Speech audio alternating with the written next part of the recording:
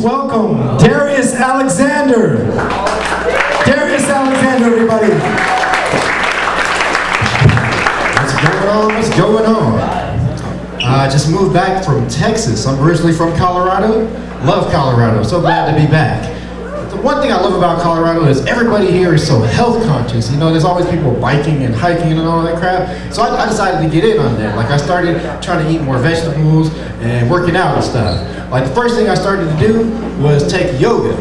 Yeah. See, but I found out that there's some things that are very different when you weigh about 300 pounds. They're very different activities, like yoga. So I'm in my first yoga class. I walk in and she's like, hey, let's do downward facing dog. We're gonna start with the really easy move. Yeah, easy. For somebody who's not 300 pounds, because it's a very different activity when you're 300 pounds. So I get in the position, I'm ready to do the downward facing dog. She's like, no, Darius, you're not doing downward facing dog. See Candy over here? She's doing downward facing Chihuahua. You, my friend, are doing downward facing Saint Bernard. Not the same. 300 pounds, it's just a very different thing. I'm the only person in the room sweating. It's 60 degrees in the room. Everybody's all calm and everything. I'm like, damn, I'm gonna need some towels to wipe this mat off. Can you help me? All the little 100-pound girls walking around like, I'm just gonna leave, the little sweaty guys here. Yoga is different at 300 pounds. Running, now I started running. You know, I figured yoga wasn't my thing, so I'm gonna start running. See, at 300 pounds, running is a different activity.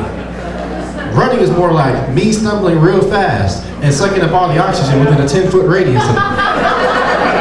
I'll tell you how I knew this, because it was like, he can't really suck up all that oxygen. Every time a bird would fly by, it would just crash. I'm getting better though, I promise you, I'm getting better. I know, because it's not like a crash anymore, it's more like turbulence. They just pass by, it's like, okay, recovery. The birds start getting smart now. They're like, hey, mom, stay in the tree. It's the guy in the New Balances. He got Paco last week.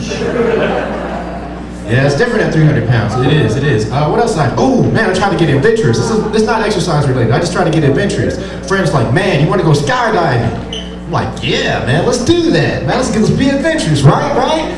I get in there. I'm like, man, here's my $300.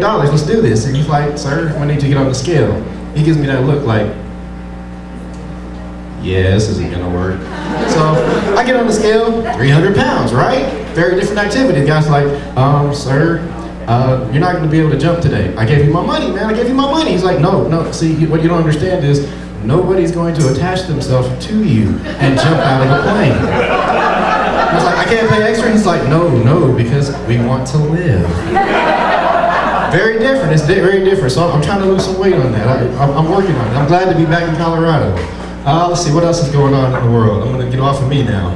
Oh, you guys heard about the war on terror, right? I didn't really think there was a war on terror. Like I was like, man, this is bullshit. There ain't no war on terror. This is just for us to go do something. You know, we're stealing some oil or some computer chips or something. But you know what? I honestly think we actually have a war on terror. And I'll tell you how I was convinced about it. You guys hear about this asshole, what's his name, Faisal Shahzad or some shit like that? The guy in New York tried to blow up Times Square with some damn fireworks.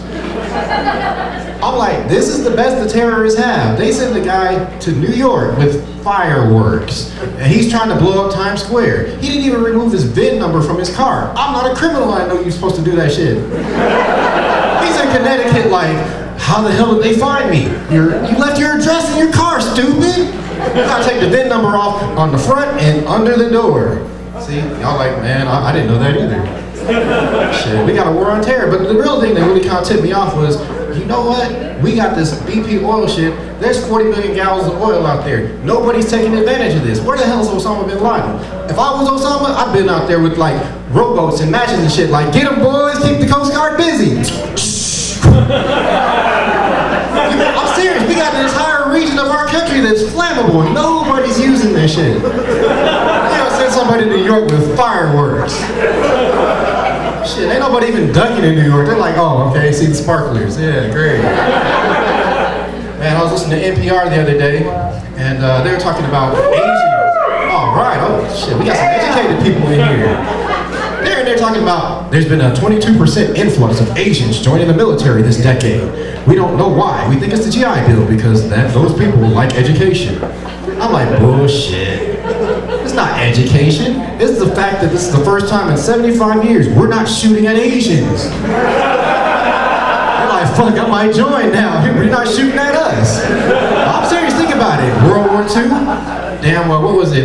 Japan, Korean War, North Korea, Vietnam, North Vietnam, LA riots, Korean convenience store owners. They're like, we finally got a break, I might join. Because I'm not joining any institution that's whole purpose is to shoot people who look like me.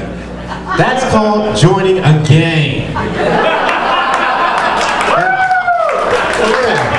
We know what happens with that. I'm gonna end on this. Like I was hanging down in Denver, and we have gangs. I was walking down the street, and I had this blue shirt on. This blood walks up. He's like, "Yo, man, I'm gonna have to fuck you up, man, with that blue shirt on."